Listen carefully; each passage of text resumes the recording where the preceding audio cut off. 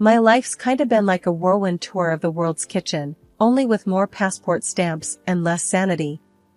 Name's Kira, fresh into the third decade of my ride on this rock, and I've made a living out of breathing in the spices and dishing out the experience through my vlog. So it was just another steamy day in Thailand, with me elbow deep in noodles and peanuts, learning the ropes of an insane pad thai from this little old dude who could have been Yoda's culinary cousin. That's when this tall drink of water, Mark, stumbled into my life, literally. He tripped over a foldable chair trying to get a better look at the pan and nearly ended our romance before it started by nearly sending me headfirst into my own sizzle.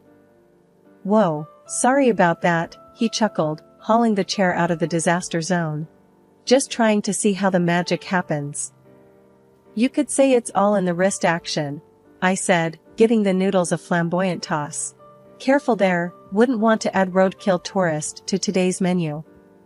Mark laughed, all easy charm and crinkly-eyed smiles. Mark, he said, extending a hand once he was sure it was safe. Kira, the noodle whisperer, I replied, giving his hand a quick shake before diving back into my culinary ballet. And there it was. We clicked quicker than a camera shutter. He was from the States, here to escape the office walls and spreadsheets, which, to me, sounded like a jailbreak from Adulting 101.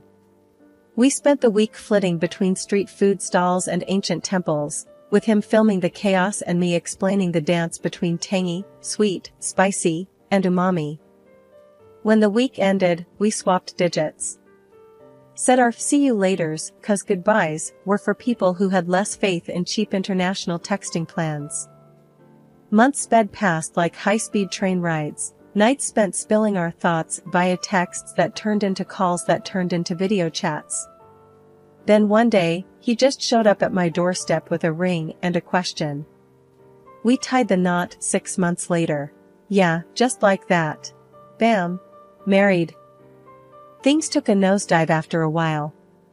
Forget the lovey-dovey honeymoon phase, it was like we'd skipped straight to bickering old couple mode.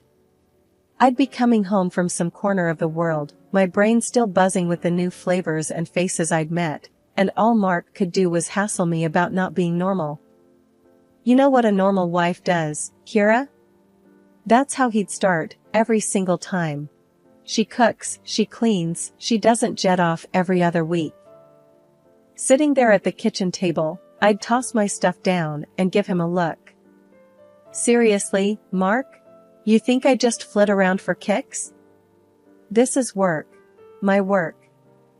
To him, it was like my job was make-believe. Work? You think filming some street food and yapping about it online is work? Get real. Get a proper job. Each word stung. It pays, doesn't it? I'd shoot back.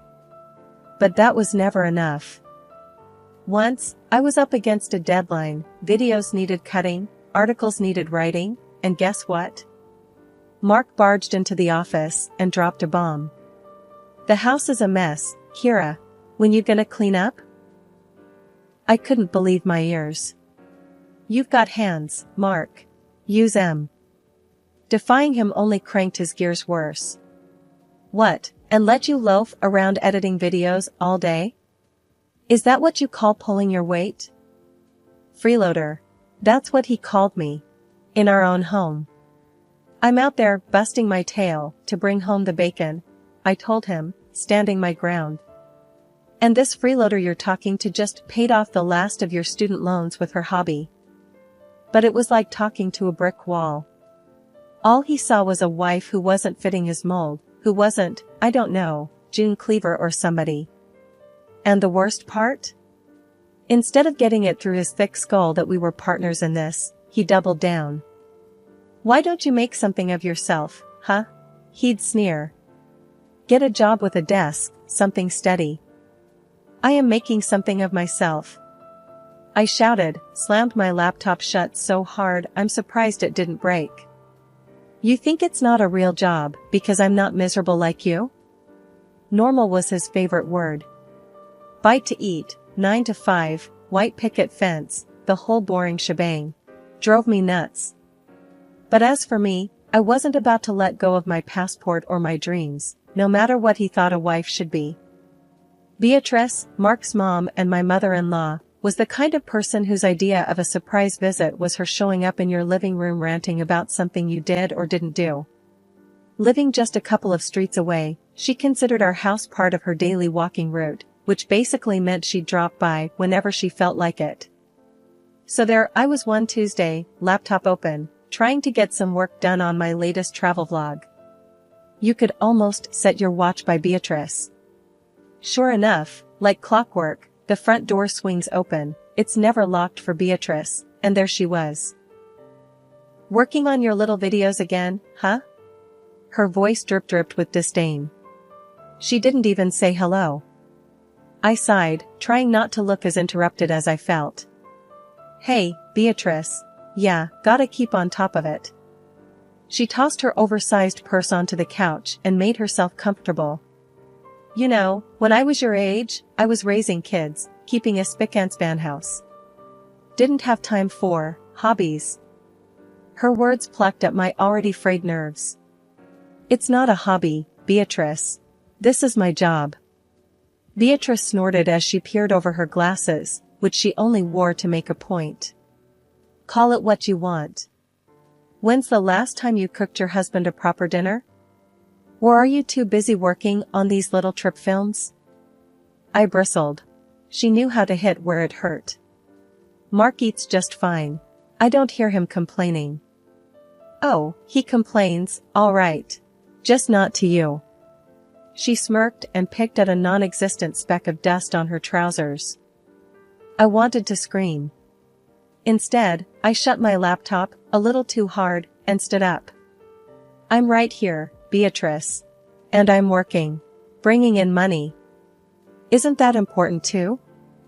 She huffed, getting up. "Well, if you won't listen to me, maybe you'll listen to the pastor. We're having dinner tonight, and he'll set you straight." I was dumbfounded. "Dinner? Tonight? Beatrice, I have deadlines." "Not anymore. You can put off your deadlines, to save your marriage. I've seen the signs, Kira. It's now or never." Fuming, I barely managed to keep a civil tone. "Fine. But this is our life, not just mine or Mark's. Don't you forget that." Beatrice smirked, triumphant. "We'll see," she said, and plucked her purse up again. 6 o'clock. And wear something nice for a change. After the door clicked shut, the silence thudded in my ears like the after-ringing of a bell. So much for a quiet workday at home.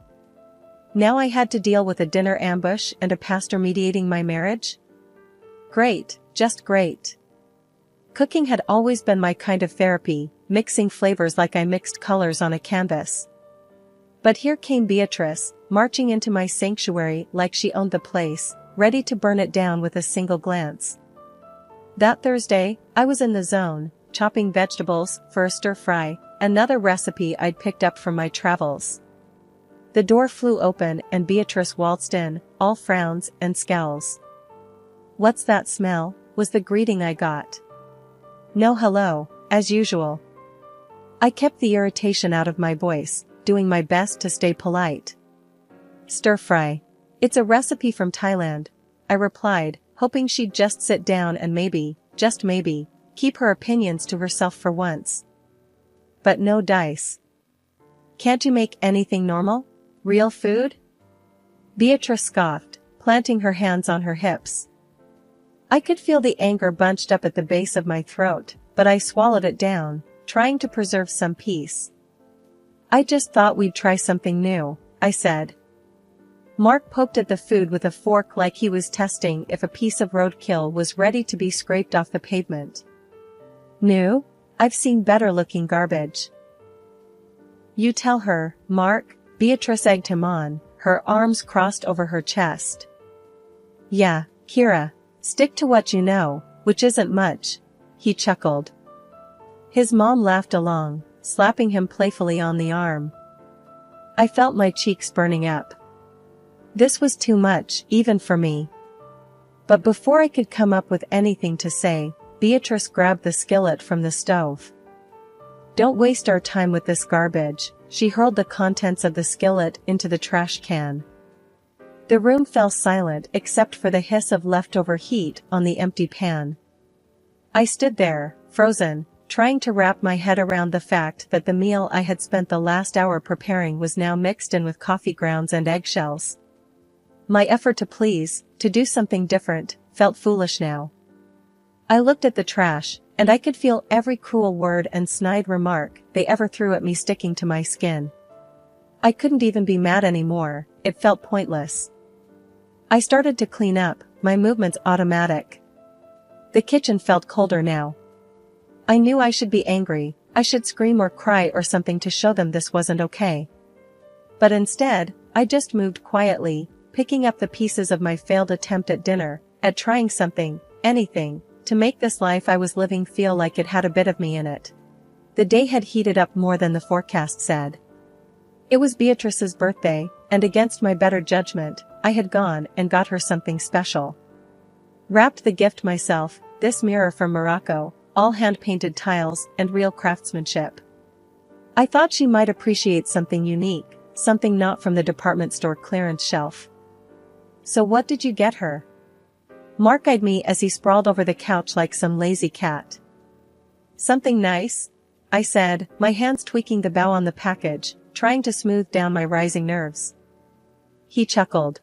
"You're nice, and her nice ain't the same, Kira."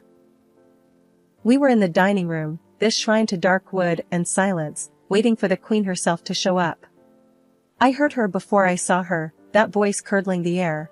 "Mark, what's the hold-up? There's cake waiting." She swept in, her gaze fell on the gift, and she frowned. "What's that?" I handed over the package with a hopeful smile. "Happy birthday, Beatrice." She looked at me like I was offering a dead rat.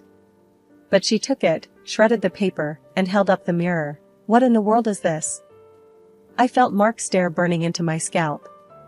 "It's a mirror, handmade from Morocco." I thought it was beautiful, unique. "Unique?" she squawked, her face scrunching up. "It's hideous." And before I could even blink, she slammed the thing onto the floor. Shattered glass skittered across the tiles like wicked ice. Mark didn't even flinch. "Kira, what were you thinking?" His voice was sharp enough to cut. I stared at the broken mirror, feeling something inside me splinter along with it. I'm sorry, I thought. She cut me off with a wave of her hand, turned to Mark. "Tell your wife to stick to cash. Can't go wrong with money." I felt the shards of my patience giving away under my feet. I went to my purse, pulled out an envelope, last-minute insurance I knew I might need, and handed her 5 crisp $100 bills. "Here," I said, trying to hide the trembling in my words. She snatched the cash hungrily. "Well, that's more like it." Mark walked over, swept a piece of broken mirror with his shoe, looking at me like I was the mess he had to clean up. "Next time, just ask me what to get her," he snapped. I dumped the shards into the bin, listening to them tinkle like a chandelier in a quake. A quieter, angrier part of me wished I could tell her exactly where she could stick her money, but instead, I quietly wrapped her cake slices, got through the day without another word. As the hours lurched by, the house filled with the laughter and chitter of guests, all of them ignoring the tense undercurrent that was me and them. I handed out drinks, laughed when expected, and played the part of the devoted wife and daughter-in-law. That evening I sat on the edge of the bathtub, staring at my reflection in the smaller, unbroken mirror there. If only I could buy something to fix what was broken inside, I thought. The silent room seemed to agree, and for a long time, it was the most understanding company I had. The wheels of my suitcase dragged a rhythmic clunking over the joints in the sidewalk as I walked up to my front door. I'd just gotten back from Greece. I was there for a shoot, for weeks of filming and a slice of freedom that I didn't know I was starving for until I tasted it. My keys seemed to jangle extra loud as I fitted them into the lock and swung the door open. What hit me wasn't the smell of the house or the stack of unopened mail. It was Beatrice, planted in the middle of the living room, bags piled at her feet like she'd just claimed a spot on the subway. I'm moving in, she declared, her voice brooking no argument. I felt my exhaustion evaporate into a tight ball of anxiety in my chest. What? Why? She eyed me like I was being thick on purpose. Rent's killing me, and since you're never around, it makes sense. I'll take the guest room.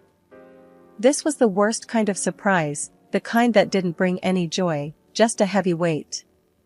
I looked to Mark, seeking an ally, but his face was set in stone. Yeah, Kira, why the hell not? Makes sense to me, Mark said. I heard in his voice the finality of a door slamming shut. But, Mark, He cut me off with a sharp wave of his hand. Don't start. You've been freeloading off my space for years. The word stung, like rubbing alcohol on a fresh cut.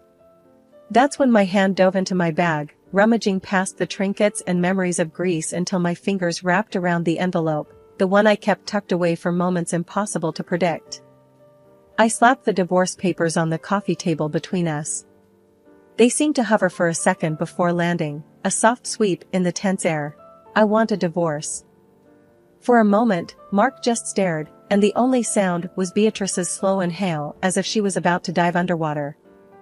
He picked up the papers, and I braced myself for yelling, for pleading, anything. But without saying a word, he scrawled his name across the bottom and tossed them back at me like they were a takeout menu he didn't want. Beatrice, her eyes gleaming like when she found $50 in a coat pocket, actually clapped. It's about time. I looked between the two of them, this pair that was supposed to be my family, and I felt nothing but the need to fill up my lungs. I didn't belong here, maybe I never did. With one last look at the shell of what used to be my life, I grabbed my suitcase. Where you going, Kira? Mark's voice was a dull blade, not cutting enough to hurt anymore. Anywhere but here. My voice came out steadier than I felt. There were no goodbyes, just the click of the door behind me, a soft punctuation mark on the end of a very long, very tiring sentence. It's strange how life can do a 180 when you're least expecting it. A few months since the divorce and life settled into a new kind of normal. My apartment might have been smaller than the house, but it was mine. I was in the middle of a tea brewing ritual that had become my new little evening piece when there was a knock at the door. I opened the door, and there they were, Mark and Beatrice. Like they'd just been out for a walk and decided to stop by. We saw your TV show, Mark said, shoving his hands into his pockets, a sheepish grin smeared across his face like a kid caught with his hand in the cookie jar. Beatrice just stood there, a forced smile stretching her lips tight. Yeah? I said, nursing my mug, not stepping aside to let them in. You watching TV together now? You're doing well, huh? Beatrice chimed in, peering over Mark's shoulder to get a look inside the apartment. I leaned against the door frame, taking a slow sip, feeling the heat of the tea and the situation. I suppose, I replied, the edge of a laugh bubbling beneath the surface. It wasn't just small talk they were after, I could smell it. These two never came without an agenda. Beatrice looked desperate, fidgeting with her purse strap, and Mark looked like he was about to try selling me a used car that was 2 steps away from the junkyard. They tried to butter me up with compliments, nodding at my tiny living room as if it was a palace, but I wasn't biting. Their tune changed rapidly when the buttering didn't work. Look, Kira. Mark's gaze darted around, avoiding mine. Things ain't been so great since you left. Financially, I mean. I raised an eyebrow. Is that right? And it's not just about money, Beatrice piped up. It's lonely. We miss you. I couldn't help it then, I laughed. It was dry and had the edge of years of bottled up frustrations behind it. You miss me? Well, that's a neat trick. Mark's face flushed a shade of guilt so vivid I almost felt sorry for him. Almost. We just thought, maybe we could start over. I leaned closer, making sure they could see the lack of sympathy in my eyes. You thought wrong. I've moved on, and this? I paused, gesturing to the space between us with my mug. This is me being happy. Without the drama, without the mess. You two were the best bad decision I ever walked away from. Beatrice's mouth snapped shut, her face folding into a scowl. Mark just stood there like I'd slapped him across the face. They didn't say anything more, they didn't have to. As they turned away, their shoulders slumped, the door closed with a soft click and I was alone again, my heart pounding a victory march. I turned, pressing my back against the door, sliding down till I was sitting with the mug held loosely in my grip, my laughter ringing out, clear and loud in the empty apartment. Turning the tables never felt so good. My life's totally flipped since the show took off. People can't seem to get enough of me eating my way through the most out-of-way places and bringing back killer recipes. I guess it's true what they say, everyone loves a good comeback story, and mine's being served up nice and spicy. As I sat scrolling through my socials, watching the follower count tick up like it's got somewhere to be, my doorbell rings. Who could that be? I haven't ordered takeout. Lo and behold, there they were again, Mark dragging his feet and Beatrice trying to straighten out her scowl like she's walking into church. Kira, you gotta listen. Mark gets down on his knees right in my hallway like he's about to propose again, which is funny in a sad sort of way. I'll do anything.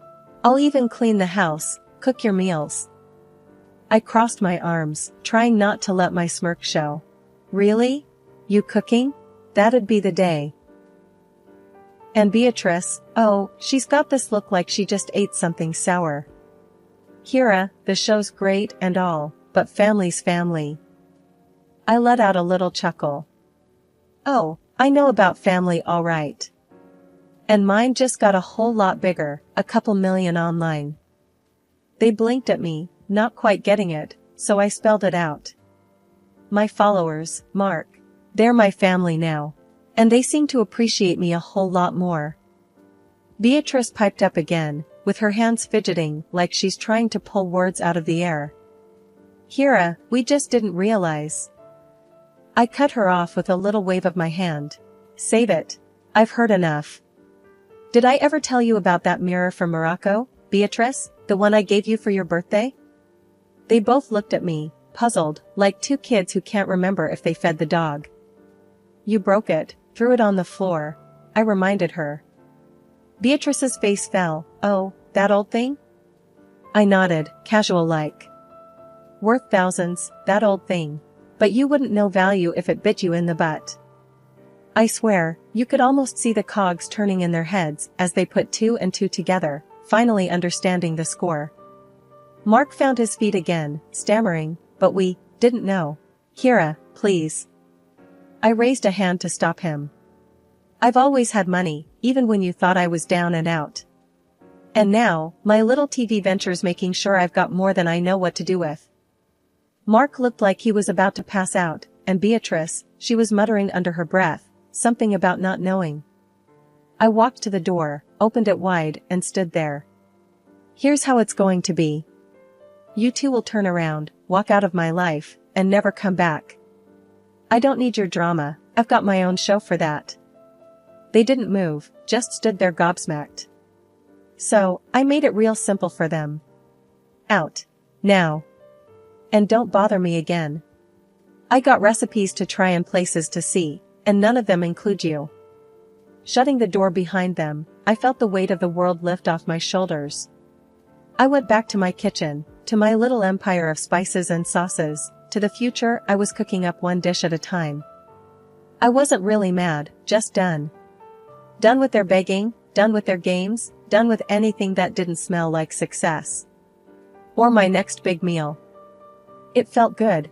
No, it felt great.